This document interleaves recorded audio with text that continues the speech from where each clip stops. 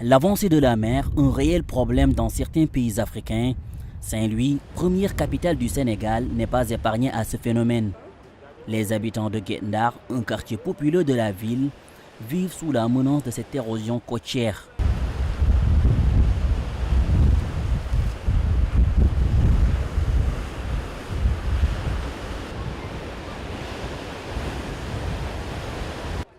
Pour sa première visite officielle en terre sénégalaise, le président français s'est déplacé à Saint-Louis pour constater de visu la situation de la langue de Barbarie, une bande de 30 km qui s'étend du nord-sud de la ville vers la frontière avec la Mauritanie.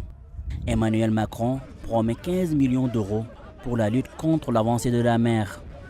C'est que l'État français investira 15 millions d'euros pour poursuivre ce programme et par l'Agence française de développement pour mettre tout le long du territoire, devant les maisons et les murs qui s'effondrent. Un autre projet annoncé par Macron, la restauration du patrimoine culturel de Saint-Louis.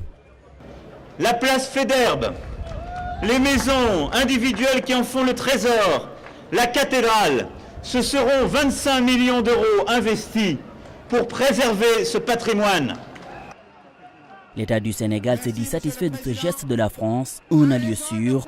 Devant son hôte du jour, le président Macky Sall promet une implication sans faille de son gouvernement pour la réalisation de ses projets. Le gouvernement de la République va s'impliquer au premier plan pour la préservation du patrimoine architectural et historique de Saint-Louis. Saint-Louis, terre d'hospitalité, a réservé un accueil chaleureux au président de la France. Emmanuel Macron a terminé ici sa visite officielle à Saint-Louis, la première capitale de l'Afrique occidentale française.